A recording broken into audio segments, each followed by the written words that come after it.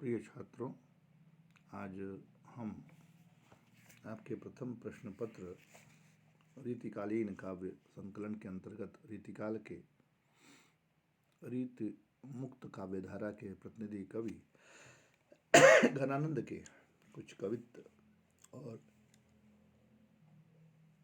पदों को देखेंगे। आसही आकाश मधि अवनि आसही आकाश मधि अवधि गुणे बढ़ाए, चौपनी चढ़ाए दीनों कीनों खेल सो यह है। निपट कठोर यह हो ऐचत न आप और, लाड़ ले सुजान सो दुहेली दशा को कहे। अचिरज मई मोह भई घन आनंद यूं, हाथ साथ लाग्यो पै समीप न कहू लहे। बिरह समीर की झकोरनी अधीर नेह, नीर भिजियो जीव तव गुड़ीलो उडियो रहे। ये कवित्व जो है ये घनानंद जी का है और इसमें कवि कहता है जब योग अवस्था में जब विरह में मन की व्याकुलता बढ़ जाती है, एक अजीब सी बेचैनी रहती है, तो उसी की एक दशा का यहाँ चित्रण है। आसही आकाश मधि, नायिका कहती है कि आशा रूपी आकाश में अवधि गुने बढ़ा, अवध रूपी डोर को बढ़ाकर चाव के साथ ऊंचा चढ़ाकर प्रियतम पतंग का सा खेल खेल रहा है। भाव यह है कि जैसे आकाश में डोर को बढ़ाकर पतंग को ऊंचा चढ़ाया जाता है, उसी प्रकार प्रियतम सुजान ने आशानुकूल लौटने के लिए निश्चित समय को बढ़ाकर मेरे मन की उड़ी उड़ी सी दशा कर दी है।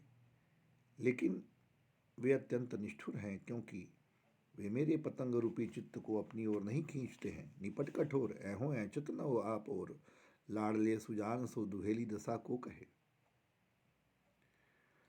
प्यारे सुजान से ऐसी दुखपूर्ण दशा को कौन कहेगा। घनानंद कहते हैं कि मुझे आश्चर्य इस बात का है कि हाथ से लगे रहने पर भी कहीं सामीप्य नहीं मिलता है।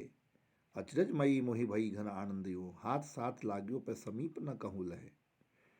जिस प्रकार पतंग की डोर पतंग उड़ाने वाले के हाथ में रहने पर भी पतंग उससे दूर रहती है जब तक वह स्वयं उसे अपनी ओर न खींचे, उसी प्रकार अवधि पर लौट आना प्रिय सुजान के हाथ में है, किंतु वे उसे बढ़ा रहे हैं।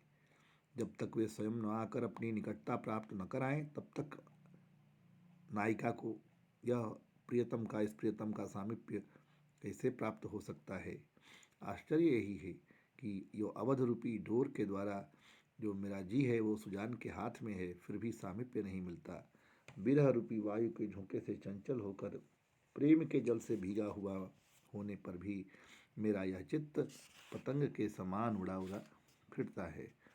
प्रेम में व्याकुल दशा का इस कवित्व में चित्रण हुआ है। अनुप्रास, विरोधाभास, रूपक, उपमा आदि अलंकारों का यहाँ प्रयोग हुआ है।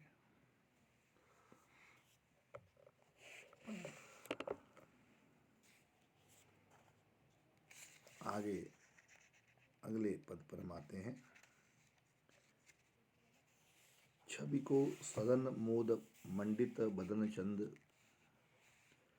त्रिषित चखनी लाल कबधो दिखाई हो। चटकीलो भीष करें मटकीली भांति सोही, मुरली अधर धरे लटकत आई हो। लोचन ढुराए कछु मृदु मुस्क्याय नेह, भीनी बतियाए लड़काए बतराई हो। बिरह जरत जिय जान आनी प्राण प्यारे, कृपा निधि आनंद को घन बरसाई हो। त्रिषित यानी प्यासी, चखन यानी नेत्रों को, चटकीलो भड़कीला, भेख यानी वेश, मटकीली चटक मटक वाले, आनी आकर। यह जो अवतरण है यह घनानंद का कवित्व संग्रह जो है कवित्व है उससे लिया गया है। इसमें किसी गोपी अथवा नायिका की मनोदशा का यहाँ चित्रण घनानंद ने किया है, जो श्री कृष्ण के रूप सौंदर्य से आकृष्ट होकर उनके रूप दर्शन की अभिलाषा करना चाह रही है। वह नायिका कहती है, हे कृष्ण, छवि को सदन, तुम अपने शोभा के सागर हो। मोद मंडित बदन, प्रसन्नता से पूर्ण चंद्रमा के समान तुम्हारा मुख। और त्रिषित चखनी, मेरे इन प्यासे नेत्रों को न जाने कब दिखलाओगे। त्रिषित चखनी लाल कब धो दिखाई हो। और चटकीलो भेष करें,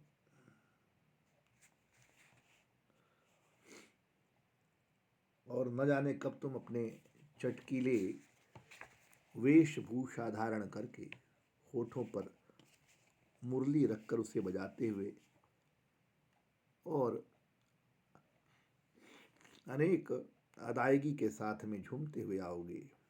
न जाने कब प्रेम से सिक्त बातों से आंखें मटकाते हुए, मृदु मृदु मुस्कुराते हुए चपलता के साथ वार्तालाप करोगे।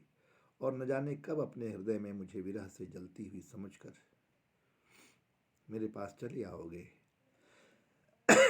ये प्राणों के प्यारे प्रिय, कृपा के सागर कृष्ण, तुम मुझ पर आनंद के मेघ को कब बरसाओगे, ताकि अत्यधिक आनंद की वर्षा होगी।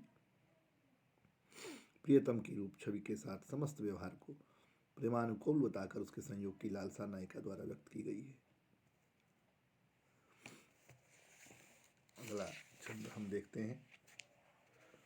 भोरते साँझ लो कानन और, निहारती बावरी नय कुनहारती। साँझते भोर लो तारनी ताकि वो, तारन सौ इक तार न टारती। जो कहूँ भावतो दीठी परे, घन आनंद आंसुनि अवसर गारती। मोहन सौहन जोहन की लगिए रहे, आँखिन के मन आरती। घनानंद से यह अवतरण लिया गया है, घनानंद के द्वारा। प्रियतम की प्रतीक्षा करती हुई नायिका का चित्रण है। उसके सामने निरंतर अश्रुपात हो रहा है, जिसके कारण वह देख नहीं पाती है। घनानंद कहते हैं कि वह विरहिणी नायिका भोर ते साँझ लो, सुबह से लेकर शाम तक जंगल की ओर देखती रहती है और बावरी बनी हुई थोड़ा भी नहीं थकती है। प्रियतम कृष्ण गोचारण कर वन से घर आएंगे, इसी लालसा से वह वन की ओर लगातार निहारती रहती है। इसी प्रकार वह सायंकाल से लेकर सुबह तक अर्थात सारी रात तारों को ताकती रहती है और पुतलियों से एकटक देखते रहने पर भी तारों को देखना नहीं छोड़ती है। अर्थात प्रियतम के आगमन की आशा एवं विरह व्यथा के कारण जागती रहती है। यदि कभी प्रियतम संयोगवश उसे दिखाई देता है, अर्थात उसकी दृष्टि में पड़ता है, तो निरंतर आंसुओं को बहाने से वह दर्शन सुख का अवसर भी गंवा देती है। भाव यह है कि लगातार अश्रुपात होने से उसकी दृष्टि धुंधली पड़ जाती है तथा प्रियतम को वह नहीं देख पाती है। कवि घनानंद कहते हैं कि उस विरहिणी नायिका की दशा बड़ी विचित्र है। वह प्रियतम कृष्ण को सम्मुख देखने की प्रबल लालसा रखती है। उसकी आंखें उस ओर लगी रहती हैं तथा हृदय में देखने की लालसा भी सदा बनी रहती है। आंसुनि अवसर गारती, आशय है कि उस नायिका के आंसू क्या निकले, वह अवसर ही टपक कर निकल गया। आंसुओं के साथ वह सुअवसर भी गिर गया और वह अपने सामने आए हुए प्रत्यक्ष हुए प्रियतम को भी नहीं देख सकी। यहाँ सभंग पद तथा अभंग पद यमक का छिकानुप्रास और काव्यलिंग अलंकारों का सुंदर प्रयोग हुआ है। यह एक महत्वपूर्ण यह अवतरण है। भोरते साँझ लो कानन ओर, निहारती बावरी नय कुन हारती। साँझते भोर लो तारनी ताकि वो, तारन सौ इक तार न टारती। जो कहूँ भावतो दीठी परै, घन आनंद आंसुनि अवसर गारती। मोहन सोहन जोहन की लगिए रही, आँखिन के मन आरती। तो यह आप देखते हैं कि इस अवतरण में कितने मनोयोग के साथ घनानंद ने ऐसी नायिका का चित्रण किया है जो प्रतीक्षा करने के बावजूद अपने प्रियतम के आने के पश्चात भी अपनी आँखों से निरंतर आंसुओं की झड़ी के निकलने के कारण उसका साक्षात्कार, उसका दर्शन करने से वंचित रह जाती है। धन्यवाद।